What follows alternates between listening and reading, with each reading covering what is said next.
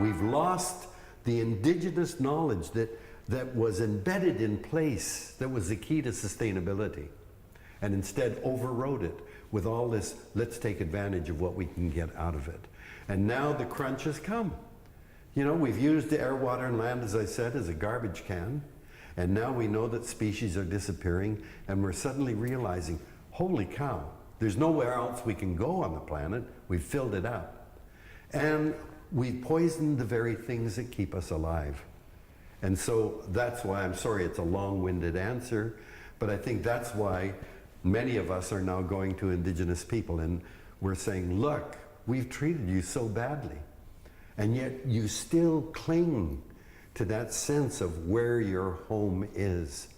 And now I find across Canada, in the greatest act of generosity, our Indigenous people are saying, we'll share with you. Come and treat us with respect. We'll share what we know with you. We don't deserve it. And it's an amazing moment now, because so many of these cultures are losing their language. In a matter of years, languages will disappear. And then all of that culture that's embedded in that place will gradually go as we lose the language. So it's urgent that we empower Indigenous people everywhere and look to their leadership into the future. Beautiful, thank you. Yeah.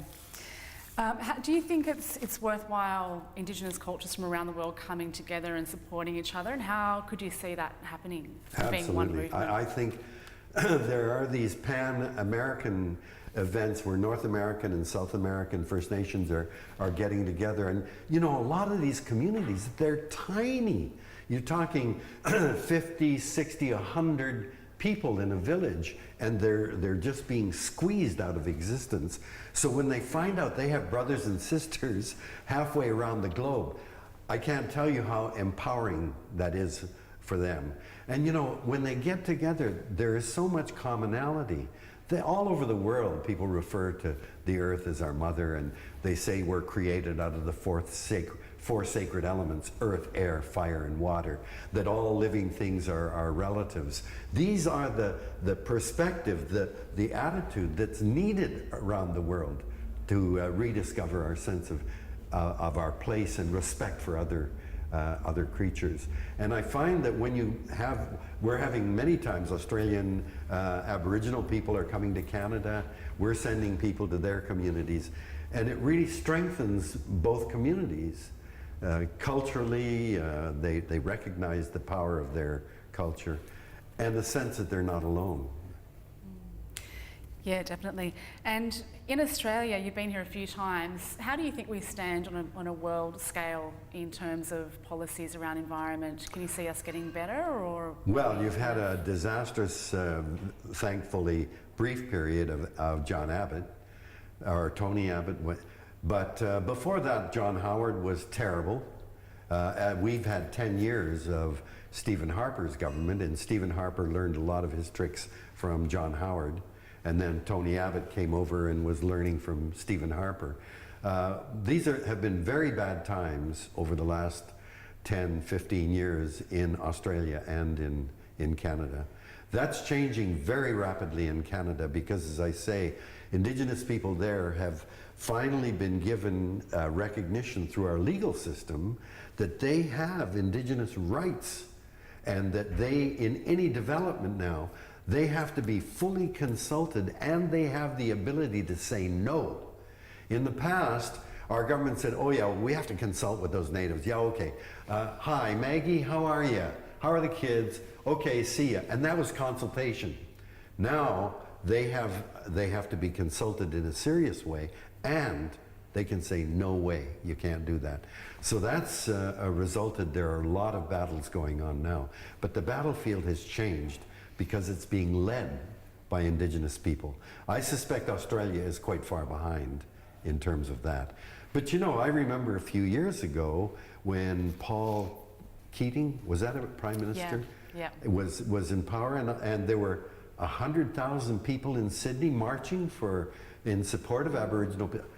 That was astounding to me. So, you know, the change is happening. Yeah, it is slowly, but you're right, the leaders depend on who's marching. We had a climate change march here a couple of months ago, and there was like 80,000 people. So, you know, people Including are getting a lot out of more. Aboriginal people. Aboriginal people as well, yeah. Yeah, so that's great. It is shifting. Yeah. What's the one action that we could take as a species, as human beings on the planet, that you think would make the most change to the planet now? Well, you see, we have a real problem. We have a crisis that is so severe. We've got to act on it now, and that is to reduce our greenhouse gas emissions massively. So that means we've got to get off fossil fuel. And that's the driving force, and scientists are saying we don't have much time. We don't have, it's a very short window. And yet at the same time, what is really creating the problems, I believe, is psychological. It's the way that we see the world. And so many of the victories that I celebrated in Canada, stopping dams, stopping proposals to have super tankers in our shores, stopping drilling operations in sensitive areas, we thought, wow, we won those, that's great. 30, 35 years later, we're fighting the same battle. So you see, those weren't victories at all, because we didn't change the way we look at the world. And that's why I work so much with Indigenous people, because it's that perspective of understanding the earth is our mother, we're created out of the four sacred elements. That is what we need here. Right now, we had 10 years of a prime minister who said, we can't do anything about global warming, it'll destroy the economy. So he has elevated the economy above the very atmosphere that keeps us alive. This is crazy. But if we continue down that path where it's all economics and we got to keep the economy growing, then we're not going to hear that. And so to get people to shift in the way they see the world, we're not going to achieve that overnight. And so this is a terrible thing. What can we do? There are books out on what we can do as individuals, turn off the tap and, you know, stop using plastic bags. All that stuff is there. And of course we have to change the way we live, but we need some big decisions, and we need to have a paradigm shift. To me, the paradigm shift is that we have to see the world as Indigenous people see it. That's a pretty hard ask. For most people, it's just, and you know, they say, well, do you want me to be an Aborigine? Is that what I have to be? Say, no, no, no. We're just asking you to look at the world the way the first people do. And that changes everything.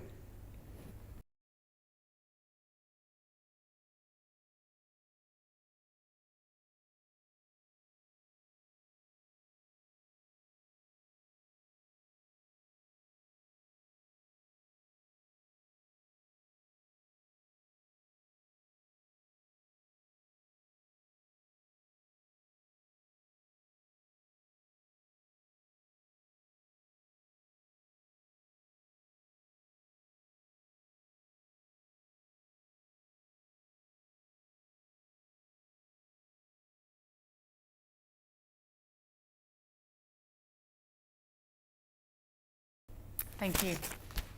Great. Okay.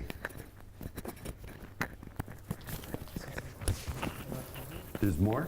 Yes. Oh, okay. The chance, Dr. Suzuki, to interview you today, and yeah, happy birthday. Thank for you. Your 80th birthday in the future. I suppose you've got a lot to reflect on, and maybe part of that's a bit of why you're travelling. But why are you travelling around Australia? Well, I love to come to Australia, and we, since 1989, my wife and I have jointly owned an apartment in Port Douglas. So we're going up to Port Douglas for a week and stay in our apartment there. And of course, I love the reef. I fell in love with Australia in 1988 when I came for the first time, and we went out to the Barrier Reef, and I went, whoa, this is...